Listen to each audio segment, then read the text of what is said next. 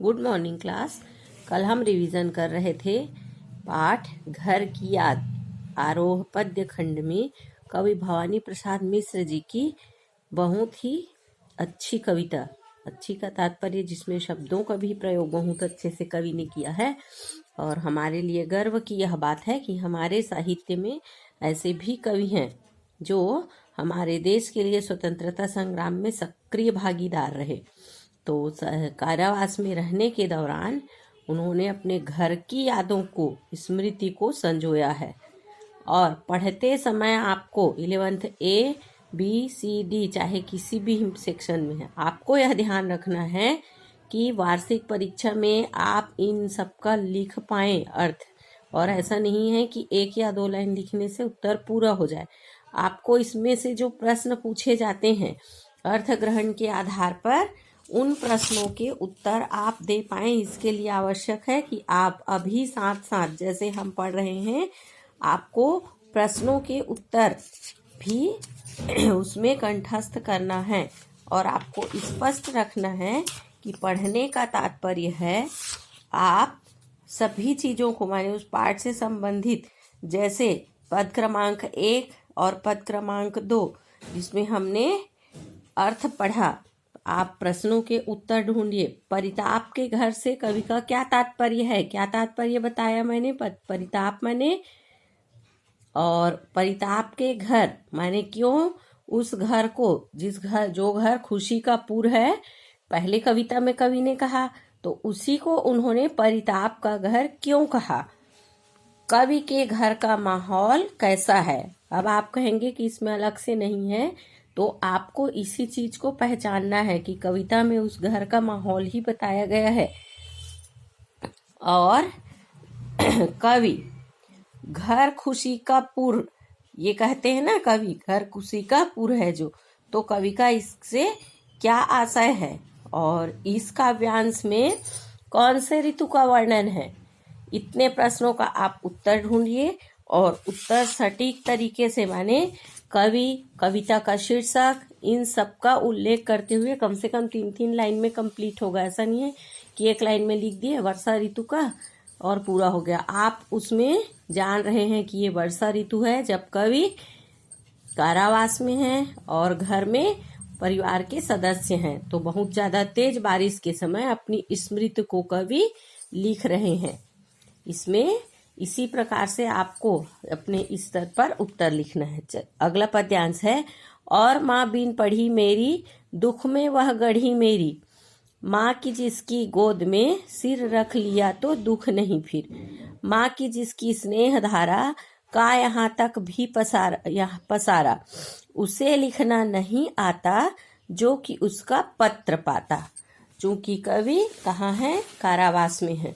अब आपको रिपीट सभी का संदर्भ आपको बोलना है। जैसे अभी स्पष्ट एक बार बोल रहे, रिवीजन का अर्थ यही है कि आप उन चीजों को कंठस्थ कर चुके हैं। शीर्षक, पाठ्य पुस्तक का नाम कौन से खंड से है, आरोह से, वितान से, तो आपको इन सब चीजों को क्लियर रखना है। प्रसंग, प्रस्तुत काव्यांश में प्रस्तुत पंक्तियों में कवि ने अपनी माँ की याद को संजोया है, क्योंकि इसमें घर तो एक ही है जहाँ परिवार के सभी सदस्य हैं। सबसे पहले कवि ने बताया कि मेरा घर है जो खुशियों का स्थान है। फिर बताया कि मायके आई बहन है, मायके यदि कोई आते हैं तो उसे भी बहुत प्रसन्नता होती है और घर वालों को भी। लेकिन अभी वह घर कष्ट का घर बन गया, परिताप का घर। क्यों? क्योंकि वह आकर देखी होगी कि एक भाई उसका कारावास में है और वह दुखी हुई होगी। वैसे ही ये अगले पद्यांश में प्रसंग है, कवि ने अपनी माँ को याद किया है और याद करते हुए भावपूर्ण चित्रण किया है, अपनी भावनाओं को दर्शाया है। मिश्र जी, अर्थ है, मिश्र जी कहते हैं कि मेरी माँ पढ़ी लिखी नहीं है और माँ बिन पढ़ी मेरी, माने वह पढ़ी लिखी नहीं है, दुख में वह गढ़ी मेरी, मैं इस समय जेल में हूँ, कारावास में हूँ। हालांकि कारण उनका ऐसा कुछ नहीं है कि उन्होंने कुछ किया है, वे भारत माता के लिए अपने आप में स्वतंत्रता संग्राम के लिए ही कारावास में थे, किंतु माँ है, घर में बाकी सबको देखती होगी, मुझे नहीं देख रही होगी तो उसे दुख हो रहा होगा। माँ की जिसकी गोद में सिर रख लिया तो फिर दुख नहीं। यदि कोई भी तकलीफ हो, कोई भी कष्ट हो, यदि माँ का स्नेह मिल जाए तो वैसे ही कष्ट आधे से ज़्यादा कम हो जाता है। तो ऐसी माँ मेरी मुझे याद कर रही होगी। माँ की जिसकी स्नेह धारा का यहाँ तक भी पसारा। ऐसा लग रहा है कि यहाँ मैं जेल में अकेला जरूर हूँ, कारावास में हूँ, किंतु यहाँ भी माँ का स्नेह मुझे मिल रहा है, क्योंकि मैं भारत माता की आज़ादी के लिए इस कारावास में हूँ। उसे लिखना नहीं आता जो कि उसका पत्र पाता। मेरी माँ पढ़ी नहीं है, इसलिए वह लिख नहीं पाती, इसलिए मैं उनका पत्र नहीं मिल रहा है और मुझे घर पर ही याद करती है। और इसमें विशेष है करुण रस का प्रयोग है। कौन सा रस है? करुण रस है कि माँ का और माँ का स्नेह, माँ की ममता का भावपूर्ण चित्रण है कि कवि भी अपनी माँ को याद कर रहे हैं और उन्हें पूरा यह अंदाजा है कि माँ उनको कैसे याद कर रही होगी। अगला पद्यांश है, पिताजी जिनको बुढ़ापा एक क्षण भी नहीं व्यापा, जो अभी भी दौड़ जाएं, जो अभी भी खिलखिलाएं, मौत के आगे न हिचके, शेर के आगे न बिचके, बोल में बादल गरजता, काम में झंझाला रजता। कवि कहते हैं इन पंक्तियों में कवि ने अपने किसका वर्णन किया है? पिताजी के व्यक्तित्व का वर्णन किया है। प्रसंग क्या है? प्रस्तुत काव्य पंक्तियों में कवि ने कारावास में रहते हुए, आपको प्रत्येक पद्यांश में उल्लेख करना ही है कि कारावास में रहते हुए अपने पिताजी को याद किया है, माने जहाँ पर घर को याद किया है, जहाँ पर माताजी को याद किया है, ऐसे तो अपने पिताजी के व्यक्तित्व का वर्णन किया है। अर्थ कवि कहते हैं कि घर में कौन कौन है? माता, पिता और भाई बहन। तो मेरे पिताजी जो हैं उनका व्यक्तित्व कैसा है? वे अधिक उम्र के होने पर भी बुढ़ापे से परेशान नहीं होते हैं। अपने पिताजी का व्यक्तित्व बताते हुए कहते हैं कि उम्र अधिक हो चुकी है लेकिन बुढ़ापा उनको नहीं आया है, अभी भी दौड़ लगा सकते हैं, लंबी दौड़ लगाते हैं और खिलखिलाकर हंसते हैं। शेर के आगे न बिचके से तात्पर्य है यदि सामने शेर भी आ जाए तो, माने वे इतने बहादुर हैं कि किन्हीं परिस्थितियों से भी नहीं घबराते हैं। और उनकी आवाज इतनी कड़क है कि उनकी आवाज से ही जब वे बोलते हैं तो बादल गरजने के समान सुनाई देता है, क्योंकि वहां भी बादल गरज रहा है, वर्षा हो रही है।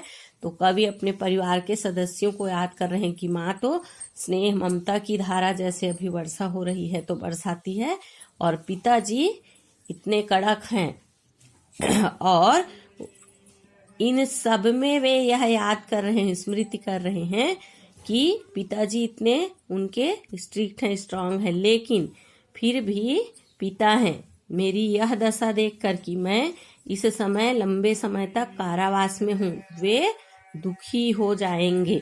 इस प्रकार कवि अपने पिताजी के व्यक्तित्व का स्मरण करते हैं। विशेष है कवि ने अपने पिताजी के व्यक्तित्व का वर्णन किया है।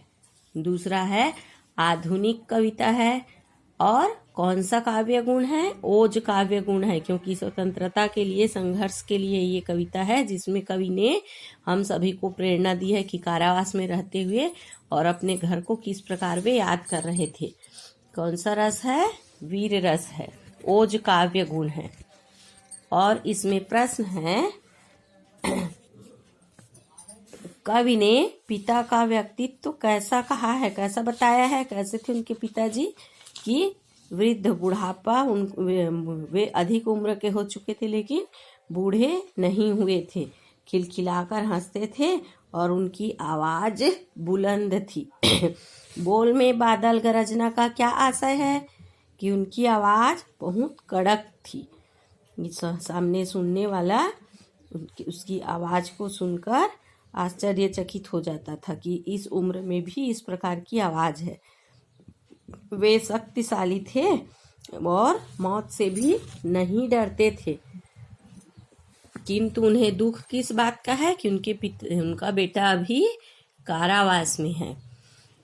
इसी प्रकार आपको प्रत्येक पद्यांश में प्रश्नों के उत्तर के सहित याद करना है। आपके लिए होमवर्क में है अगला पद्यांश, माने आज गीता पाठ करके दंड 260 करके खूब मुदगर हिला लेकर मुठ उनकी मिला लेकर, जबकि नीचे आए होंगे नैन जल में छाए होंगे, हाय पानी गिर रहा है घर नजर में तिर रहा है।